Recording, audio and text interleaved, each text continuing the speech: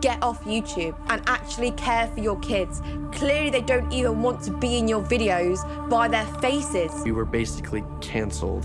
Like, our views just tanked. We lost like 90% of our income. They are seeing it and they're like, wow.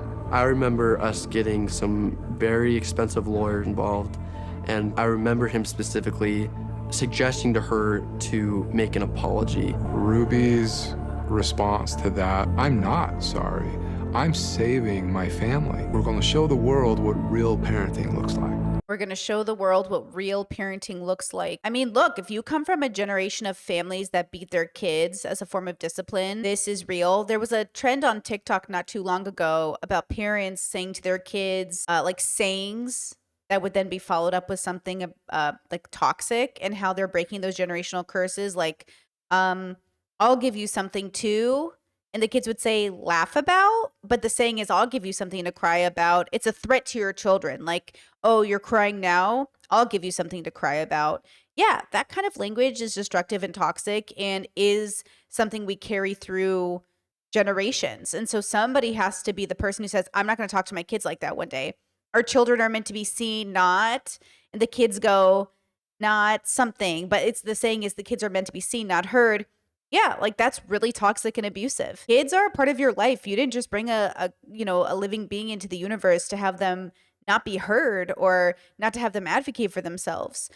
So it takes a lot of us to come together and say, we're not going to treat our kids like that. Like, they are their own person. They deserve to figure out who they are and how to show up in the world. And I do think a lot of people kind of take it for granted. These kids aren't just, I don't know, like robots. They're real people. What might be a regular Tuesday for you is their childhood, their memories, the way they're being raised, the ways they're going to show up as an adult in the future. And so Ruby might think she's saving her kids, like these parents think they're disciplining theirs, but y'all are just abusive. And you might not see it that way, but the testament comes from your kids. Like, that's the irony. Sometimes parents will say, like, why did my kids turn out this way?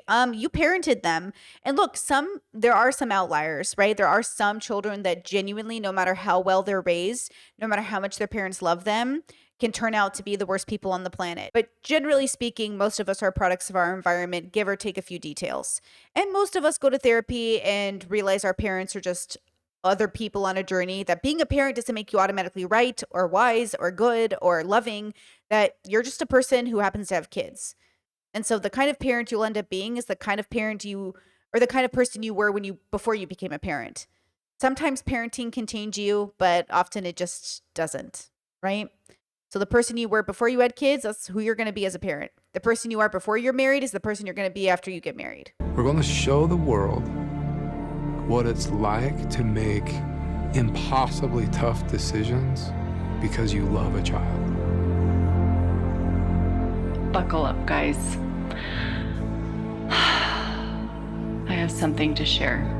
I have just been pondering about all the changes that have happened and asking myself what changes I want to make in my life. Okay, Kevin and I have been looking. We have no brand deals coming in. So we have enough to keep going. After the cancellation, there was a very distinct switch in the kind of content she was filming. This is often what happens when things go awry, is it really brings us back to home base, which is I am a child of God. I am the center. That is where I am centered. And so I've been brought back to base. And she went kind of from a fun, energetic, laughable mom more to a very serious religious teacher. I decided that I was going to have more prayers to get through the day because I feel like I have been working. This is literally the way that God intended our children to be raised up. Interesting. So instead of being the chill mom who goes to Hawaii with her kids, she's going to be the pious mother. Wow. The switch up. You always wonder, like, oh, what's the switch up? Are they grifting? What are they doing? Yeah, that's interesting. Wow, what a fascinating opportunity for us to really observe how a Ruby Franke comes to be. I am seeing is that you're upset with the outcome for being mischievous. And instead of being humble, you're being selfish. The 8 passengers followers were furious from what I remember. She didn't care about the followers at that point. She wanted to move on to something else. And for her, I get that. It's just what she moved on to was pretty much selling her soul to someone. So, yeah.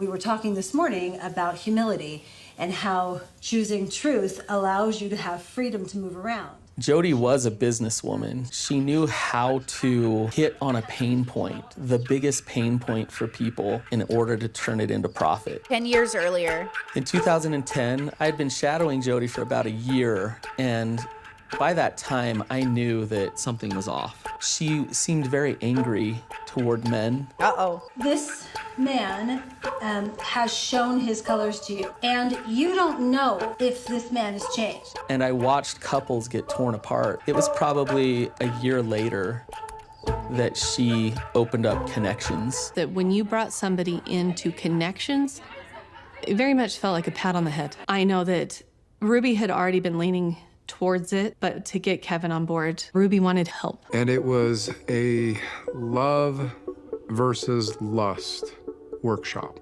It's about greed. It's about control. And you can lust over anything. I mean, I feel like most humans experience lust. Do we mean lust by like superficial attraction? Do we mean lust like I want this thing? Isn't lust, well, I don't know what she means by lust in this bubble. What does lust mean? So basically, I don't know how much I'm able to show in the edit. They're doing all these classes, they're giving advice. Ruby's trying to get her husband on board, and Hildebrandt apparently is very anti-men. And so just like this idea is very interesting to my brain.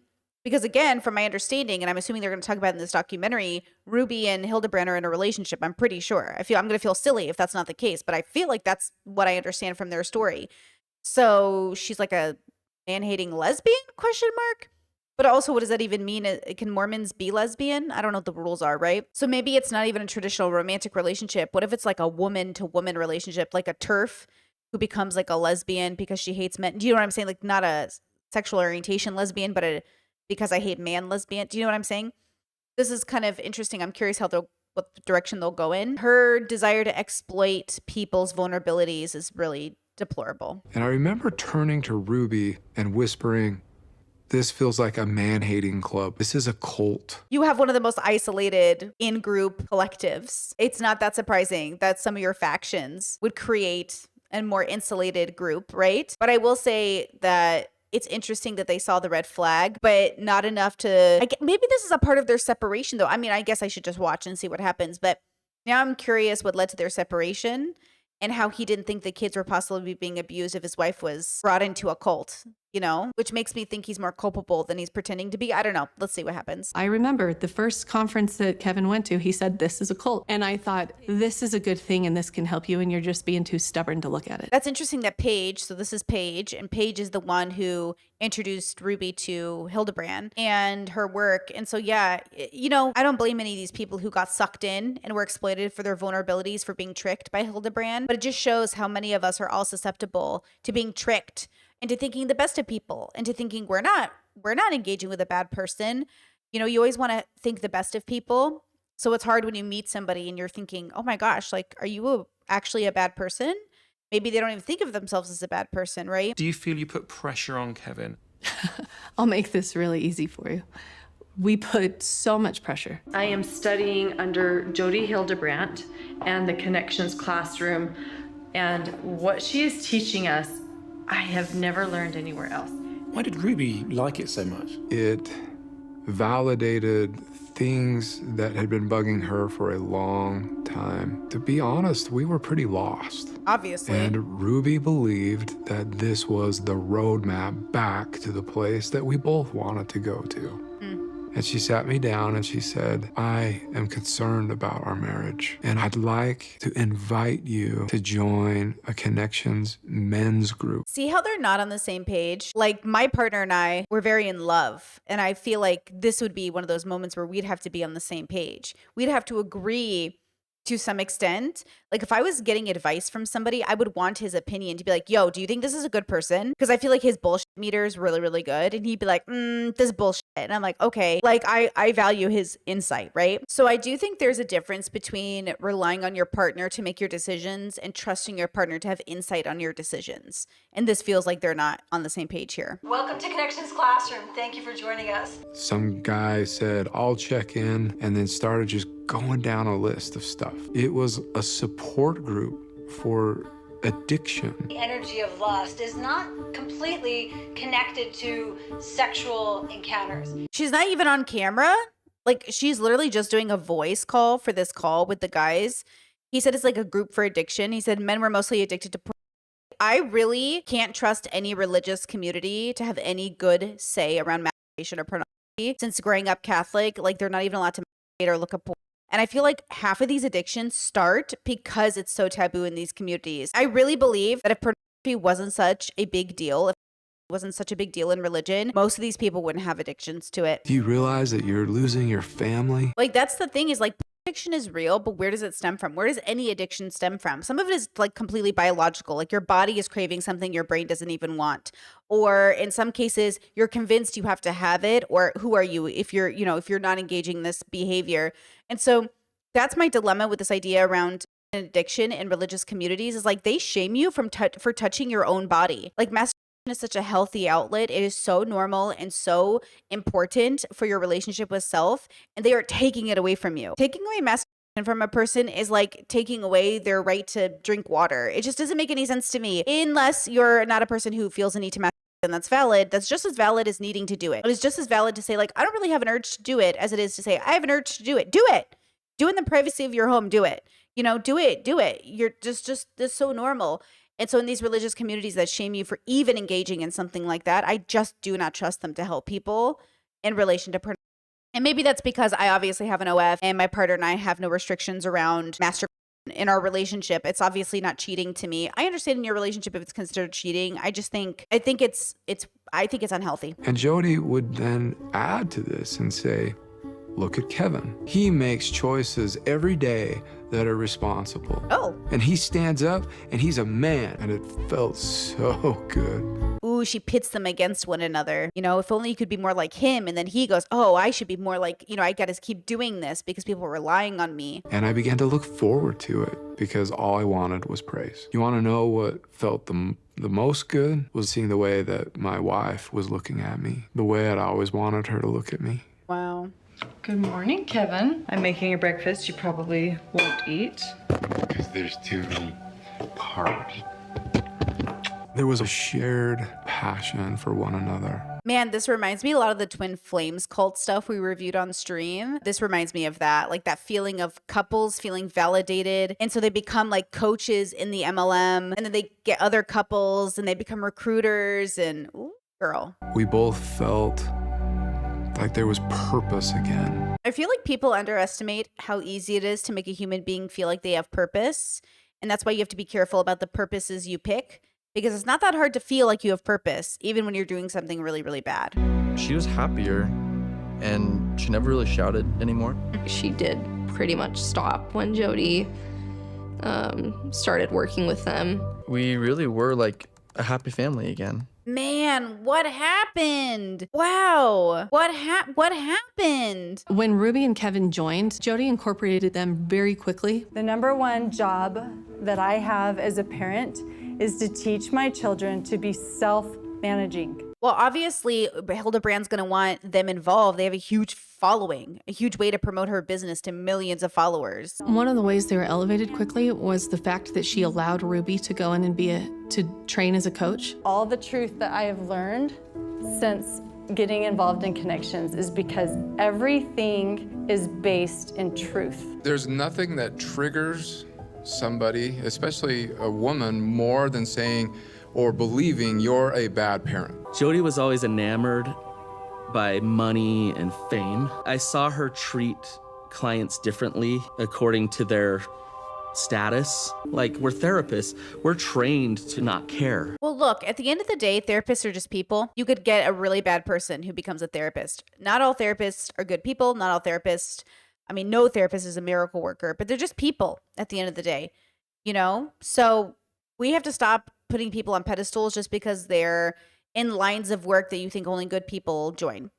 It's just not true. We should be just as cautious as any stranger that we're meeting. And, you know, I always say you are the one who hires and fires the therapist. So if you're not vibing, fire them and get a one that is actually going to help you, not just take your money, right? But good therapists exist. Make sure you weed out the bad ones. And it went from 8 passengers, the title, to Moms of Truth. Ew. Ruby had sent out an invitation to the entire neighborhood, inviting all of us to join Moms of Truth. She was all in on connections at that point. And I left it because my kids were being hurt. You didn't leave it, girl. You were kicked out. And I don't know that she made millions, but you were kicked out. See how she reframes it? I did it for my kids. You did it because the internet rejected you. When I think about everything that had happened in 2020, it had really affected our family. In New York, nearly 800 people a day have been dying from... But even though there was all this going on, it got exciting. Like, this is really happening. And we're here, we're living in this. What is really happening? That the world was ending. Oh, I mean, it sounded like they were going in that direction, but I did not realize that they really thought the world was ending in that way. Wow, they were in deep. Yeah, they were in deep. Yeah, I don't think I knew anybody in my life who thought the world was really ending. I don't know. It feels like so specifically like Catholics don't talk about the end of the world the way I feel like evangelicals or other people do. Like, we don't talk about revelations the same way other people do. Like, we don't talk about the coming of Christ in that way. Like, not really. And so, yeah, there was no way. If anything, in the pandemic, all the Catholics I knew were like, the world's not ending. Everyone's blowing this out of proportion. I'm not going to wear a mask. Like, I was one of the few people in my family who got vaccinated, right? So, like, that's just such an interesting difference between the religious bubbles. How would you like to know what to expect prior to the second coming?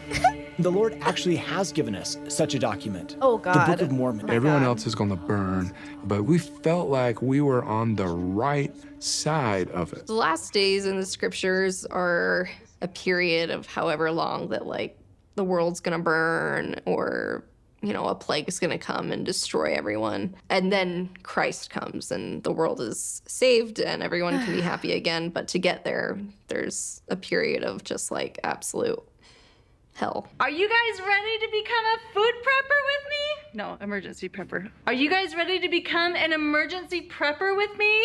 You really believe this was the end of the world? That Christ was returning? Oh, absolutely.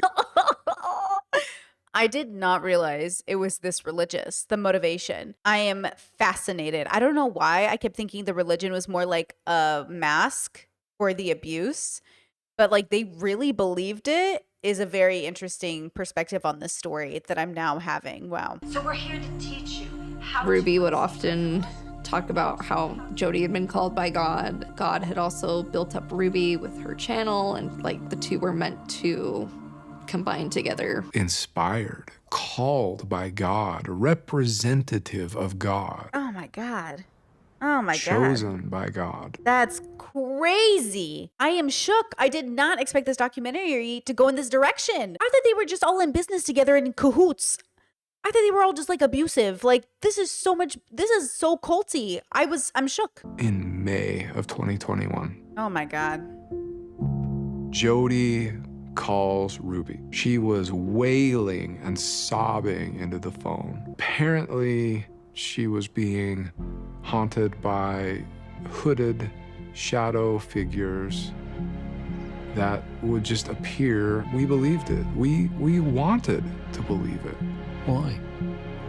Because we were in a state of mind where we were ready for something big to happen. We were expecting it. Wow.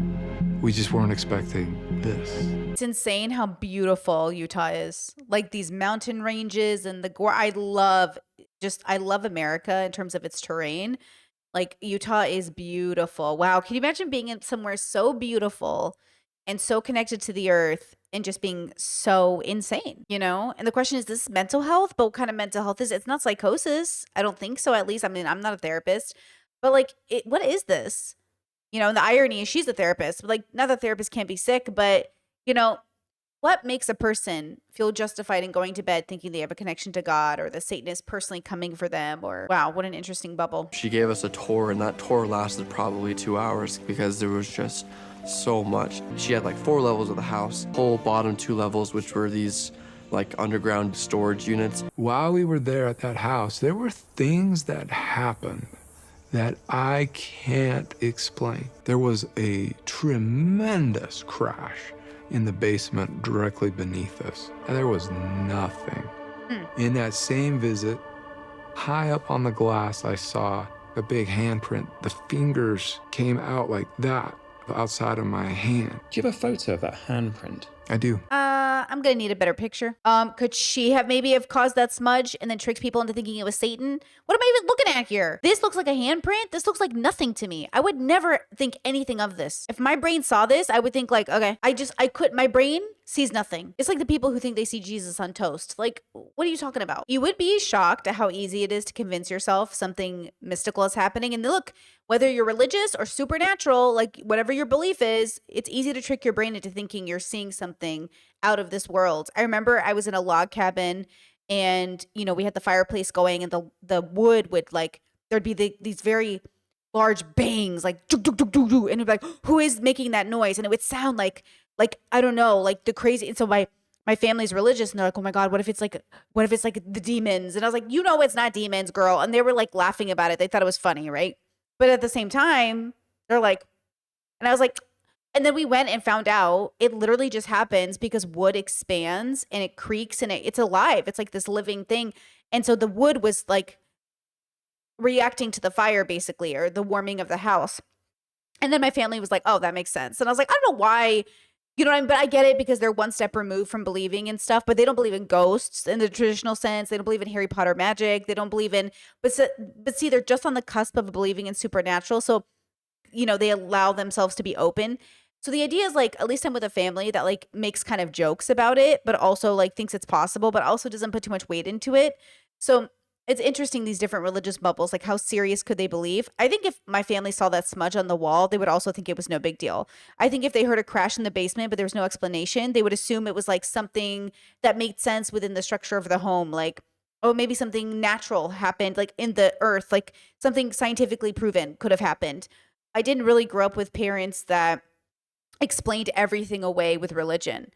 They would first explain it away with something more reasonable than that. And then they'd say, well, maybe it was religious. So it's interesting that they go religion first instead of just like, what is the higher probability of a stain being on your window just being something animal made, human made, dust made, nature made? Like, why are you going straight to demon? I believed it was otherworldly or it was supernatural. Ruby suggested the idea that she come to our house and she will be able to heal. This is the second coming. This is God's returning to the earth. Jodi plays such an important part in it. Do they have like their bishops, their something to come in and qualify this? Like, is the bishop that's in this frame right now, is he agreeing that Jodi has some connection to God in this way? Is she approved by the church? Because I was under the impression the Mormon church didn't like Ruby Franke E, but I'm not sure now if they like Hildebrandt. I don't know. I remember Ruby calling me and she says, you know, you have a couple hours to take whatever you need out of your room and she's gonna have it. I was moving out in 2 weeks anyway to go to college, so I figured I only have to deal with this for 2 weeks. I wasn't so much of an issue anymore. It was now my baby brother and my baby sister that were more of an issue. You're not entitled to talk while I'm recording. Sit back up there and be quiet. My little brother was kind of talking back. My little sister was being rude to my mom at some points. Go downstairs. Now! Both of you. To my mom, that felt like evil, and she wanted help. Children are not entitled to privacy. Ooh, big red flag. Children are entitled to privacy. And if you don't think that's true, that's crazy. Obviously within limits and obviously within reason, but children are absolutely entitled to privacy. And this narrative I hear from especially religious adults that say children are not entitled to privacy, y'all are so evil. It's an accountability thing. We weren't. Does she mean that adult children aren't entitled to privacy as well? Is that what she's saying? Because she said it's not an age thing. To tell anybody that Jodi was there. They weren't supposed to tell anybody that Jodi was living with them? That's interesting. I thought it was weird that a therapist would move in with her patients. Well, yeah, because she worked professionally with them. But then they became coaches. So then aren't they peers now? They can't still be her clients and be working with her as peers, right? I don't think you could do that. Is she a religious therapist, or is she like a medical therapist? Is her license run through the board, or is it run through some Mormon thing? I remember looking up Jodi just to see, who she was, and I learned she's not a psychologist, even though she always has claimed to be one. No. Just from reviews online, I read that she had destroyed families, she wasn't even married, her kids. Oh my God, not surprised. Wow. Kids didn't talk to her. And I remember being like, Mr. Hildebrandt brainwashed my wife. Ooh, those reviews are not looking good. Why are we working with this woman? Sherry looked her up and found that her license was revoked, and I think she went to my mom about that and was like, Mom, her license was revoked for this, and my mom didn't think anything of it. To me, that all seemed like people were just attacking her because she was so morally correct and so spiritual. You can't save people. You can show people, you can offer them the cupcake, but like they have to eat the cupcake. You can't force them to eat it. And that's the thing about us. That's the thing about all of us, is all of us at some point will be unable to see the thing or what's happening. We have to discern, to the best of our ability, but that's a skill you have to have the skills. Like I'm sure if another Hildebrandt came into their life, maybe they'd see it faster, but just because you're smart doesn't mean you can't be scammed or tricked. All right, everybody, thank you for watching. I'm going to go ahead and leave it here. I'll see you for the next part soon. Please leave your comments in the sections down below. Don't forget to like and subscribe, and I'll see you for the next one.